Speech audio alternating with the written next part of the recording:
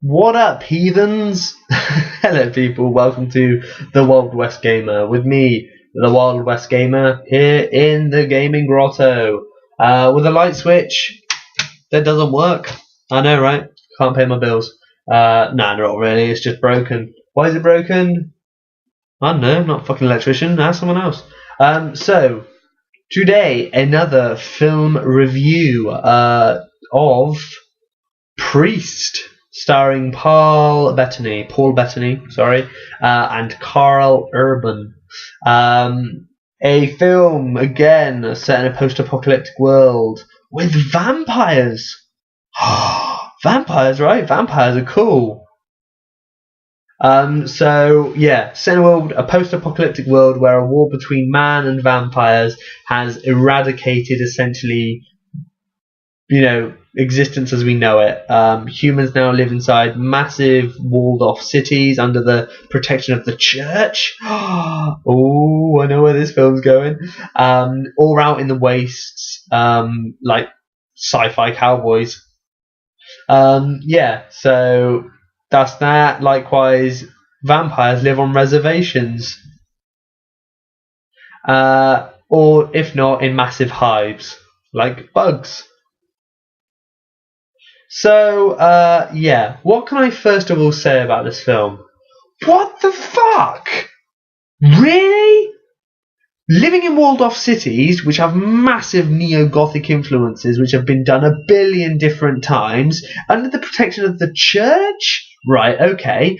Second of all, you've got, if they don't live there, they live out in the desert as, in these, settlements that look again, like steampunk-inspired sci-fi cowboys. What? There are reservations where vampires live on them? Okay, is this not culturally insensitive in some... this seems kind of racist somehow. The blood-sucking monsters actually turn out, live on reservations. Really? This film does not seem racially subtle to me, alright? It seems incredibly fucking offensive, but okay, bear with. Or if not, the vampires live in hives like bugs. Hives like bugs? Who is the concept designer for this film? It's fucking nuts. Right, so if you can get past all that fair enough. The first thing I'll say is fair play that they're doing vampires in a new and interesting way, alright? At least it's original, we can all say that. But the rest of it is just fucking mental. So the church basically has to protect humanity from the threat of the outside world by living in basically a totalitarian, essentially a dictatorship. People need to make sure they always obey the church. To go against the church is to go against God. But apart from that, people live their daily lives, sin free, etc., making sure they live good lives, so that that the threat of the church keeps them safe from the threat of vampires, because if you don't play by the rules, you get expelled, you end up in the desert, and you get fucked up. Enter Paul Bettany's character. I can't even say his name. If you don't know who Paul Bettany is, he played Darwin, Charles Darwin, in the film Creation. I imagine if you're a hardcore Christian, you probably didn't see that film. So if you didn't see him in that, I'll imagine you saw him in A Knight's Tale as Chaucer. Yeah? Remember him now? You remember that film, the one with Heath Ledger in it? No, not The Dark Knight, the other one. So you remember him now. No, not Mr. Pius Pizzarius Imaginorium or whatever it's called. The film that has about 5 different fucking actors in it. The film, if you jump in halfway through, you then go back to the beginning like, what? Who the fuck is that? Why is he in this? I thought it was Heath Ledger. Why is Johnny Depp turning up? Why is he not dressed as a pirate? This is, it's one of those sorts of films. But I digress and go off on a tangent, which has gone off piste already. So, going back to the thing, Paul Bettany. Now we've established who he is or who he isn't, and he ain't Heath Ledger. Is the priest, or a priest, or he's priest is in the title somewhere. Who is the priest, or a priest? I don't fucking know. Basically, they're religious, holy super warriors. Yeah. They are, they're fast, strong, quick, agile, skilled, etc., everything required to kill vampires, because during the final battle against man and vampires, the priests were created, to basically be the secret weapon of of mankind, of the church, to defeat vampires, because vampires in this are very quick, very strong, very aggressive. So that happens. That happened. So Paul Bettany's character gets contacted by a sheriff from one of the outlying towns, who says his family's been attacked by vampires and that his niece has been kidnapped. Oh noes! So he abandons all pledges to the church, who say if you leave you'll be excommunicated, all that sort of shit. Basically what the Roman Catholic Church says nowadays. It's like, you go against us, we'll kick your ass out. So he goes, okay, and leaves on a really kind of sweet ass motorcycle, actually, which is really quick. So there's some nice shots of him flying across the desert at like 300 miles per hour. So yeah, that's kind of cool. He arrives, he finds out that his brother has died, his sister-in-law has died, and that, like I said, his niece has been taken by the vampires. He sets out with the sheriff, who wants to come along because, I don't know, he doesn't get the hint that this may be fucking dangerous, whilst at the same time the church sends out the other priests to bring him back. A little bit of backstory: the priests were all disbanded after the final war because they were far too dangerous, like killing vampires. I don't get, this is the thing that never explains. The priests, when the priests are all together, do they for some reason go, well, there aren't any more vampires, let's just turn on kicking the shit out of normal people? Yeah, that sounds fun. They wouldn't do that. These are like really morality based, people. They're really decent people. I don't think that just because they haven't got anything that likes to drink people's blood to beat up, they're going to turn on normal people. Yeah, I don't think that's how it works. I don't think a small child could turn around with some fake fangs in their mouth and go, ee! And they all of a sudden go, vampire, I don't think that's how it would work. So the film's a little bit like, they had to be disbanded. So the church brings back the other priests. They're sent off to go and get Paul Bettany back, the priest. At which point the priest finds out that the vampires are on the move, or something's afoot. The vampires aren't on the reservations anymore. Like I said, in the most racially insensitive and kind of culturally unaware move ever, vampires live on reservations. The vampires, they're not there. Only a couple are there. There should be lots more there, which leads Priest to suspect something's up. So he carries on his journey. At which point we see Carl Urban, who, again, a bit of backstory for this, used to be a priest who got snatched by some vampires, and he is a vampire, but a human vampire. The other vampires, to summarise in the quickest possible way, imagine a penis with legs and teeth.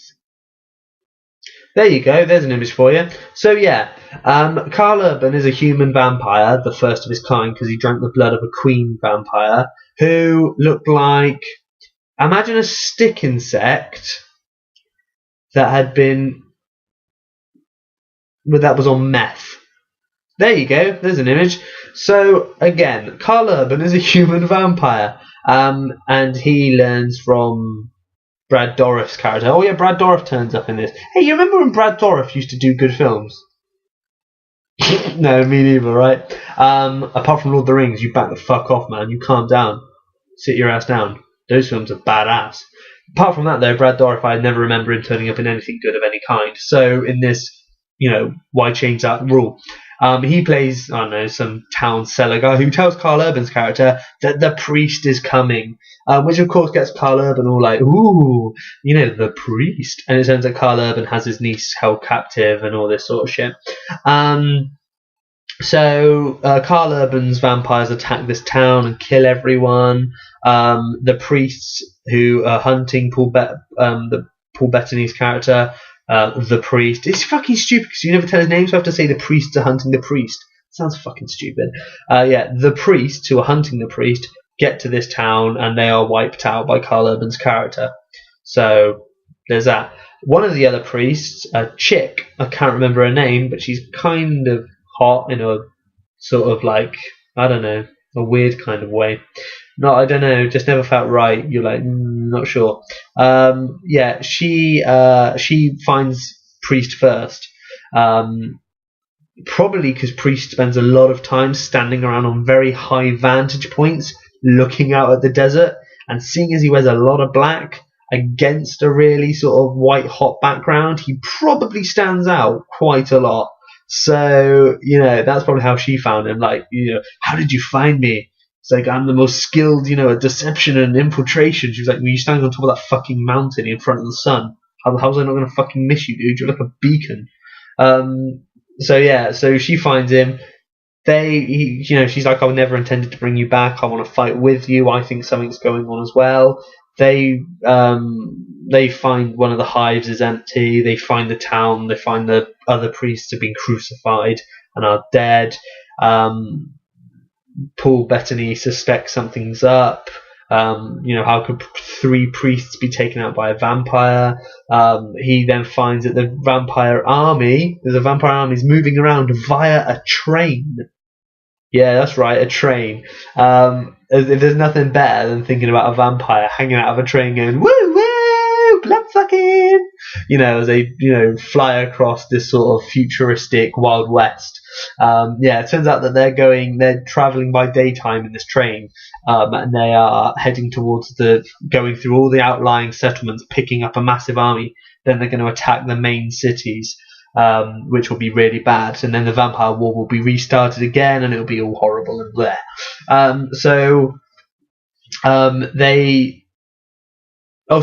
Then it's revealed that actually the girl on the train isn't actually Priest's niece. It's his daughter. Ba, ba, ba. Yeah, it wasn't exactly one of those Luke, I am your father moments. Seriously, it didn't make me go, what? It didn't do that. It was one of those, the fuck? Really? Okay, how? Apparently, again, a bit of backstory. There's a lot of fucking backstory and exposition in this film, which needlessly happens. But backstory, turns out that before the church came to ask Priest to be a priest, before his name was Priest, but then it became Priest because he became a priest, he actually had a family. He had a wife and daughter. So when the church asked him, hey, do you want to drop your really hot wife and come work for us, maybe get killed? He said, yeah, because, that's what all good dads do. He took off. His brother said, don't worry, I'll look after your wife. Marries his wife. This is with Priest's permission. Yeah, marries his wife and raises his daughter as his own. Who the fuck does that? Seriously, I mean, this is the kind of the thing, though. This is actually, I guess this is what's meant to give you sort of weight to the whole argument. Like, perhaps if all the priests were together, they turn on people because perhaps they are really morally sort of loose. He's just left, his family, just because the church has said, yeah, you're the only guy who can, we could probably believe can be trained up to be the superhuman warrior with no augmentation at all. You can just learn it, apparently. If it's another one of those faith jobbies, I'm going to be really fucked off. You're the only one who can do it. Leave your family, come work for us, and never see them again. And his brother, he's like, hey, you know what, bro? bro? And his brother's like, yeah. He's like, do you want to hook up with my wife? And his bro's probably there looking at his wife, going, I will do this for you. I don't want to, have to tap that sweet ass, but I will do this for you, brother. I will be there for her on those cold, cold nights when she's looking fine by the fire. I will do this for you. I will take that bullet for you. And Priest there going, I know you will. I know you're doing this because you don't want to have to do it, because you're doing it for me. Oh yeah, she's doing it for me. I mean, I'm doing it for you, Priest. I'm doing it for you. Was it? Fuck. Who is that? Well, seriously, that's what he just turned around and said. Yeah, marry my wife and look after my daughter. And his brother just went, yeah, cool, fine, whatever, cool. See you later. Have fun at vampire killing school. The fuck, seriously? So yeah, so they stop the train. Carl Urban and Priest have this sort of sissy fight. Where they beat the shit out of each other for a bit. Priest almost gets his ass handed to him, but then he remembers he has a daughter. But I'm not really sure why the sort of the emotional sort of impact of him remembering he has a daughter would give him any more strength, because he's never really known her. She's just a person to him. Needless to say, though, he wins. He beats Carl Urban. The train gets blown up. The vampires get killed. Paul Bettany and his, hot chick priest lady, they, realize they fancy each other. They, get together. He's got his daughter, and it turns out his daughter's also is going out with the sheriff. So everyone's happy. Oh yeah, and they don't go back to the city because they're tired of that. Apparently they go off to kill the rest of the vampires. Happy ending. That's it. That's Priest. That is all that Priest is. It's it's got some really nice ideas for when it's not to do with the sort of ins and out of how the morality system of people in the future work.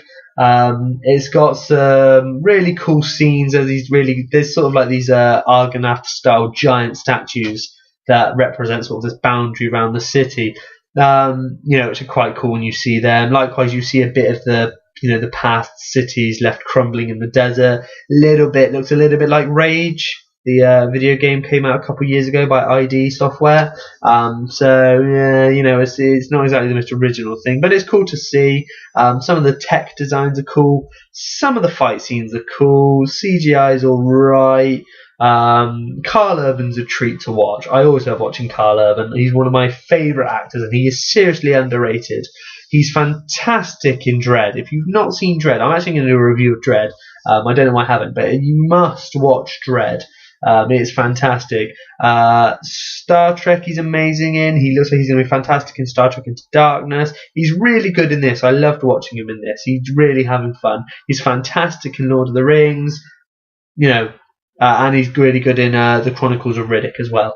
So you know what? Yeah, there's Carl Urban for you. Oh, and then Pathfinder, I think it is. I'm not sure, but he's he's been in loads of stuff. He's really good in this. He's really good fun. Likewise, Paul Bettany's character. Paul Bettany's a really good actor as well. I love watching Paul Bettany. So to be fair with you, I'm happy watching the actors act. It's just unfortunately in this one that what's left going on around them that sort of lets it down. As for the style of the future cities, it looks incredibly like it's been stolen from the ideas of the Warhammer guys. For you who don't know what Warhammer is, it's this tabletop figures game. But there's a lot of outside universe fiction for it if you read that. And in the 40,000 version, which is the sci-fi version of the tabletop game, set in that universe, humans all live in these massive mega cities. Which look kind of exactly like you would, like they do in this film. So I was a little bit like, excuse me, like they do in that. Sorry, like they've stolen the idea. Likewise, also the city looks a little bit sort of Final Fantasy VII, with the generator in the middle of the smoke coming out. So yeah, again, a big thing I'm really confused about. If vampires are weak to sunlight but can survive in the darkness, is the best idea, to allow your cities to be surrounded by this really dark smoke, because it's casting this massive shadow on your city for hundreds of miles around it, And I'm just saying that if your mortal enemy, thrives in that environment, perhaps you may want to change it up a little bit. Perhaps get a little bit of fucking sunlight in there. Just saying. So yeah, that's Priest. Is it better than anything else I've watched recently? It was better than the Book of Eli I watched. It's not as preachy. The church simply represents a foil for the characters. It's not exactly a plot point. It's not intended to be, this deep religious thing about, faith or belief. It's simply about holy warriors kicking the shit out of the damned. Fair play. As far as that goes, it's dumb but fun in ways. It's alright. Couple cameos which are amusing from, like I said, from Brad Dourif, or Dorf, or his name is. He's alright. He likes to chew scenery like it's going out of fucking fashion. So, So yeah, that's it. Priest. Check it out, see what you think. It's not too bad, it's not too great, it's just in the middle. So yeah, see what you think, guys, and thanks for watching. This was the Wild West Gamer. I'm wearing a white t-shirt.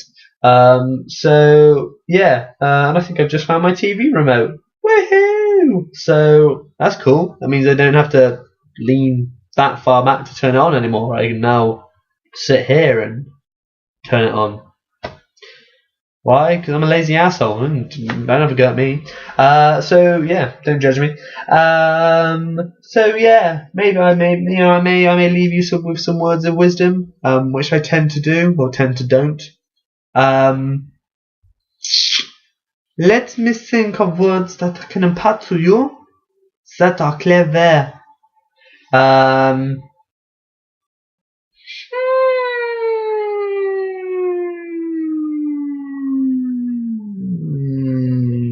You know what? I may not be able to think of anything. How sad is that? Seriously, that's really depressing. I may not be able to say. I may not be able to think of anything.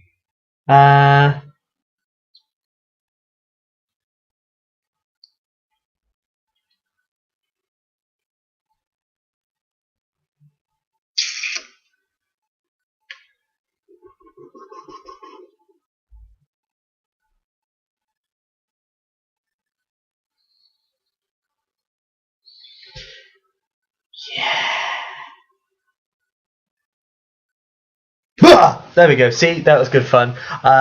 So yeah, see you guys later. Have fun. And I found a candle. It's like being at Hogwarts. See you later, guys. Have fun. Bye bye.